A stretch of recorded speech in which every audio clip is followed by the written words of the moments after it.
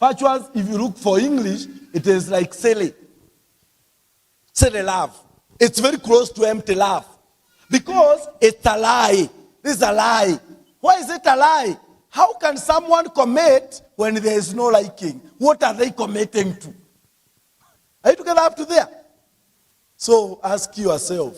Don't ask your neighbor. They might overreact. Of these three, where are you? Commitment plus what? Passion. I hope you are getting that simple mathematics. How many of us genuinely we are in the church consummate love? Wangapi? Kwani mko wapi sasa? Where are you? But there, have you ever known, according to the Kenyan laws, there are things that can make marriage to be annulled. And one of them is, in case you get married, so where are you failing in the three? That's a question you'll go and answer yourself. And it is there. But this is missing. As we said, we will address that shortly after this. Then we ask ourselves, this is called Gary Chapman. He is an author. And he has written a very famous book, The Languages of Love. Which is the language of your love? Your partner's love. Like for me, as Mr. Kanja, I love affirmation. Me, I'm not a present person. Me, you giving me a present, it doesn't really excite me so much. Affirmation. What about your partner? There are 5 of them. Maybe we need to write them here. Languages, 5 languages of love by Gary Chapman. Gary. Not Gary the Kikuyu. It is G-A-R-Y, Chapman. You can get the book and you read it. 1 is affirmation. Affirmation. Words of positivity. For example, now, Mr. Jogona, when you go home, if your wife is driven by affirmation, when you go home, tell her, I was so impressed by how you did that talk. I was excited. Even many men were asking me if I have ever had you talking again. They even told me they can invite you to their institution to go and talk to other people. That is affirmation. You are affirming her. Maybe she wants gifts. That is gifts or presents. Gifts or presents. Now you go buying her something. That's what she wants. The other one is acts of service. Acts of service. She wants you to go somewhere where she can show service. Like I've already picked some ladies here. They like being in praise and worship. You can see the passion. She is serving. Maybe you want to be served. You know, serving the husband food, preparing the towel, ironing the clothes, the present. They just like the little things you do. The shoe is ready in the following morning. You pack them some snacks to take with the tea at 10 instead of taking mandazi. Some roasted, bananas, almost ripe, and you put them somewhere, and you pack for them. If they are driving, you give them some water. That's why you see some of the ushers. What did they do? They brought some water, hot water in a thermos. I don't know why. But they already know that is an act of what? Service. Act of service. The other one is quality time. Quality time. We have talked about that. Quality time. Quality time. And the last one is physical touch. There are people who don't want any of these. They just want to be touched. Physical touch. Then you say, you have grown old. You want the gifts and they are buying you. You want the physical touch, but you are not providing that. Touch is not necessarily sex, by the way. It is just being together. Hugging your wife. Greeting them. You cannot be greeting your wife like the way you greet every other person. How do you greet them? Imagine when you are going for work, your wife hugs you. Of course, don't hug at the kids when the kids are there. The kids already, they have allowed you to hug the mother, but don't kiss in their presence. But how sweet would it be even for your girls who are adolescents? When they see the dad leaving the house, the mother is hugging. And if you start hugging, be consistent. Because when you are not consistent, the children that there is a problem. Even when you are not willing to hug, you just force yourself. When you hug someone when you are hungry and angry, would you still call it a hug? Yes, it is a hug. Now in the evening, the husband will ask you, hey, but today, the way you hugged me, was there a problem? Now you have a place to start. So among these 5, which is your language? Every person here has one of them. One of them. She passed on in 2020. And my shushu was Vaseline. Hii mafuta ya kujipaka ya Vaseline. Hata ungempelekea nini? Ama pesa gapi? The first question would be, maguta mareko. No adehera to maguta. Because my shushu was very clean. She would bathe every day, even at the age of 90. She died at 103. She was very, very clean. Very clean. Mafuta ya kujipaka, it was the gift. Siku moja my aunt akakuja Rurashio. Wakaleta pesa hapa na pale, shushu aliwauliza tu, maguta mareko. Imagine. Do you know we had to go for it ili akuwe satisfied? It is not the price. It is not the cost. It is the me. It is the me. Bwana Jogona yako ni gani? Is my second name. That's why you see I'm so fond of him. Act of service. And madam, quality time. Wow, you see. But madam, I know I can add you another one there. Yes? Quality time. And she kept talking about it. Did you hear her talk? She insisted. I even asked him, are you listening? Maybe it is you who is being told. I told him that because I noted she was very insistent on that. That tells you it is in her vein. Quality what? You have to know where you belong in that. Quality time. Quality time. Very, very important. The other thing I want to briefly talk about, I'm rushing a bit, is something we call personalities. Now here at West Mariza, it's usually white. Haki, I hope you understand this. Go and Google this thing. You read more about it. Triangular theory of love. Please go and read it. If your partner is not here, go and discuss with them. It really helps a lot.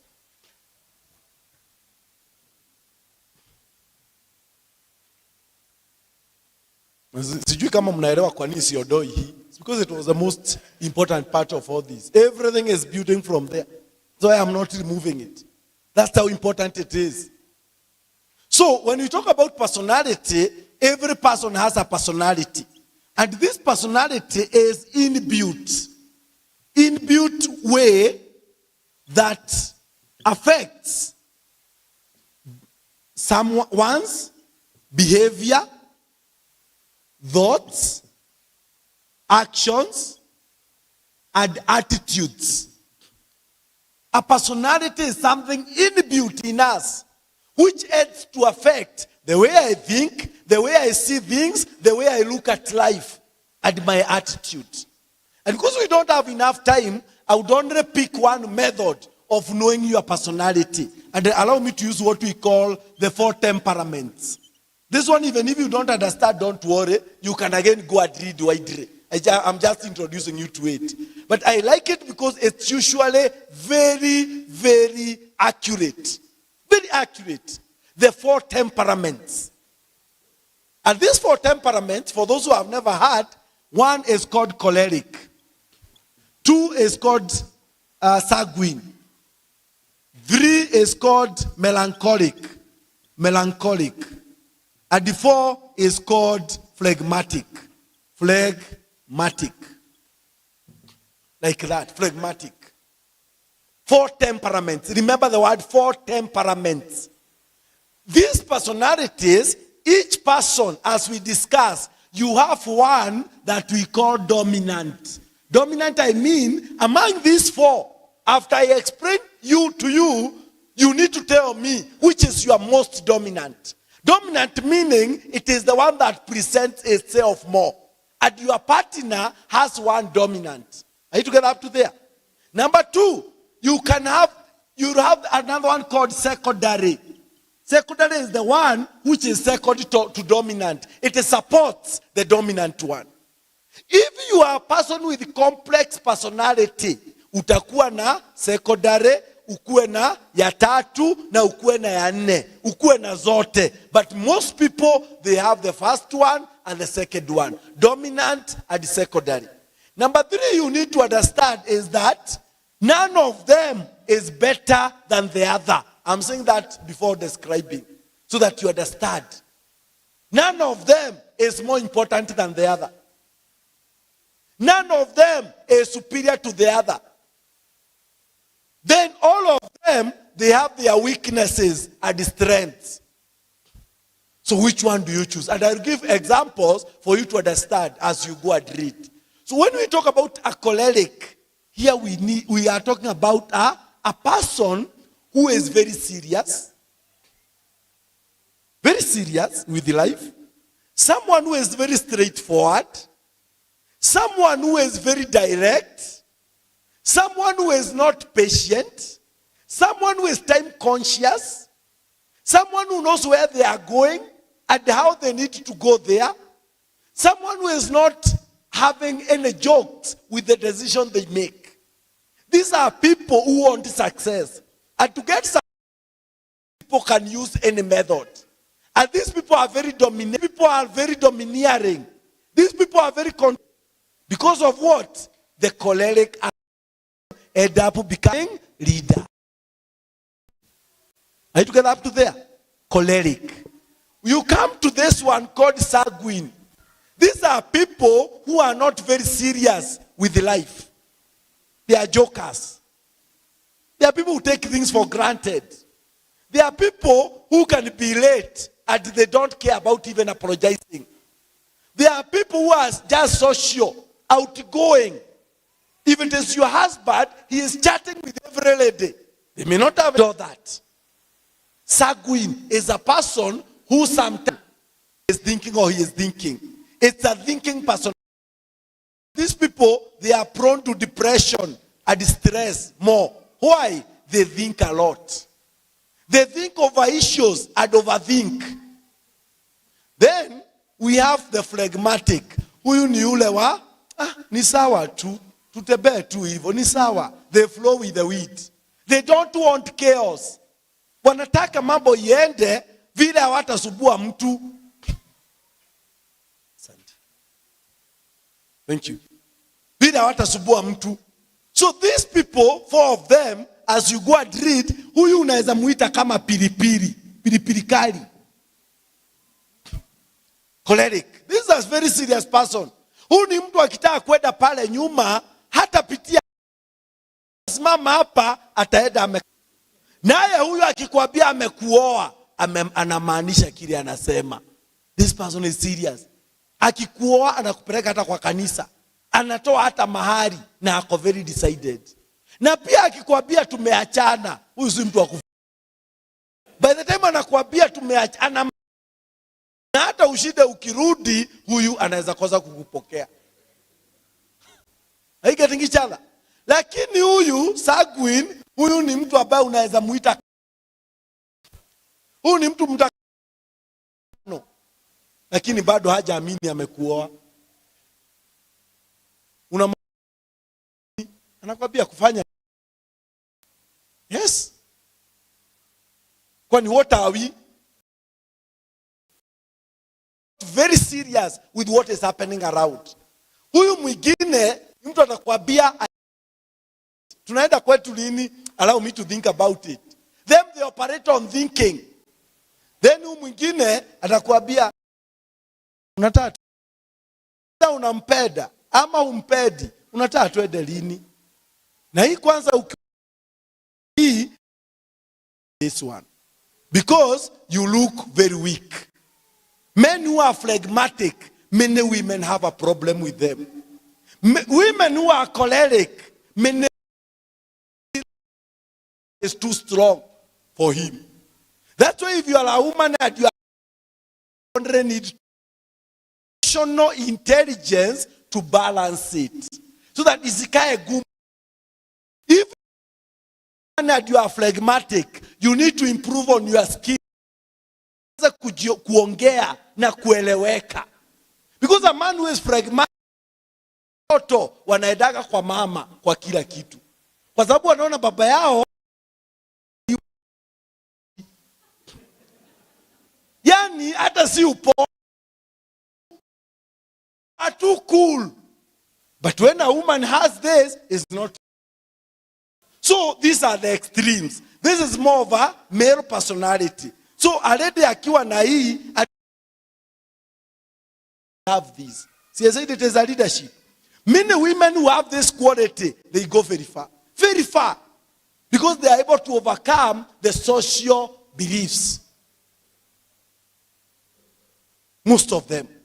Let me give you the example, you understand what I'm talking about. If you look at our president, you know he is a choleric, dominant. His secondary is sanguine.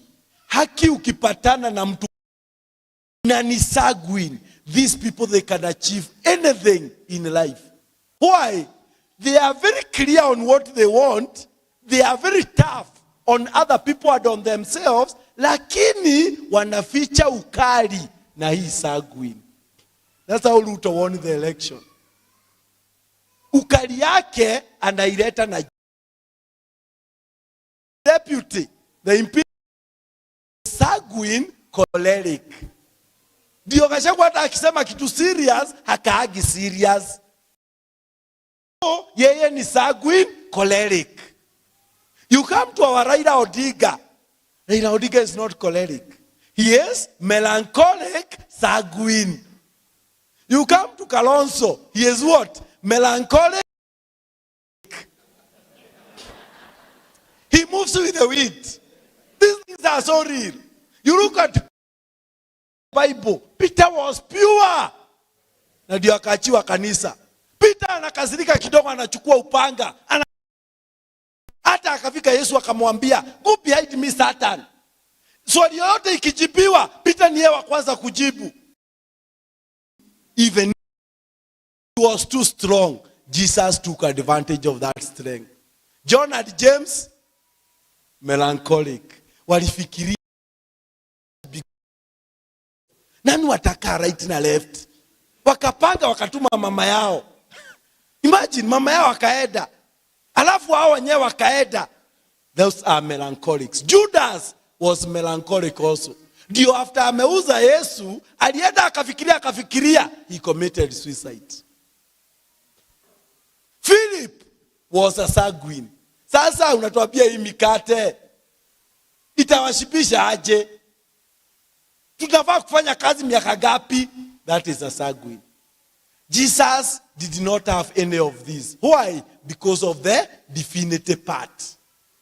But the human part of Jesus, you will see choleric and sanguine. The human part. But because of the divinity, you see all the others there. These personalities are very serious, by the way. You will see them everywhere, even at workplace. Now, imagine your wife is choleric and you are choleric. You cannot live together. You will kill each other. What is required? Just awareness. Because he see buyer. Lakini mkiwa hamjui, imagine sanguine na sanguine. Mnakaa miaka 7 kwa doa na hakuna mtu anajua ameolewa. Mnacheza tu. Ikiwa ni phlegmatic, hakuna kitu ina happen, mnasoga tu. You are flowing with the wind. Mko tu. Tuhame, ni sawa, tuhame tu. Watoto tuhamishe shule, unataka waende wapi? Sawa. Those are phlegmatics. Melancholic, you will never make a decision because we will be overthinking every time. What about choleric and sanguine? You cannot also work together. All those, you need awareness. You need awareness. Please go and study more and you see. Like now I already know our leverage. Ameikia wapi. Bwana Jogona, I already know where I can put you. Of course, I'm not going to say. Madheke the same. Our MC the same. But the good thing, none of them. You work on the weaknesses, you remain with the what? With the strength. With the strength. Because time is not on our side. The other things I think, there are many, but you read for yourself. I had promised you we'll talk about sexual intimacy. And the way we'll put it here, you realized it is the only one intimacy which is not coming from this person and from this person. Immediately the two of you are together, then it becomes a need. It's not a want, it's a need. It's a big difference. Or not. A need is a must. But now, I think as human beings, you may deny that. But if you are Christians, in the book of Colossians and Corinthians, we are commanded that we should not even deny each other. Even during the time of prayer, you can imagine. You can only agree. But if during time of prayer or fasting, you don't agree, then you go to the default setting. Which is what? It is a need, a must. If it is not agreed, then there's nothing as painful as when you are punishing your partner using sex. As a counselor, I can challenge you. If you protect this area, many of these you can solve. If you allow this to be affected, all this will stop working. I give you an example. Do you know if you go for counseling, when you are working is 95%.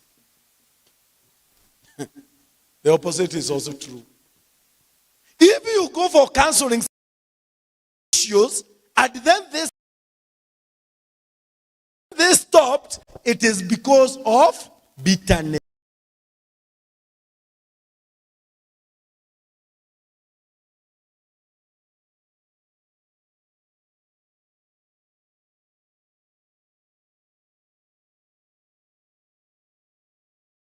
You have to, allow me to use this word, force. You have to be forced, but force you are?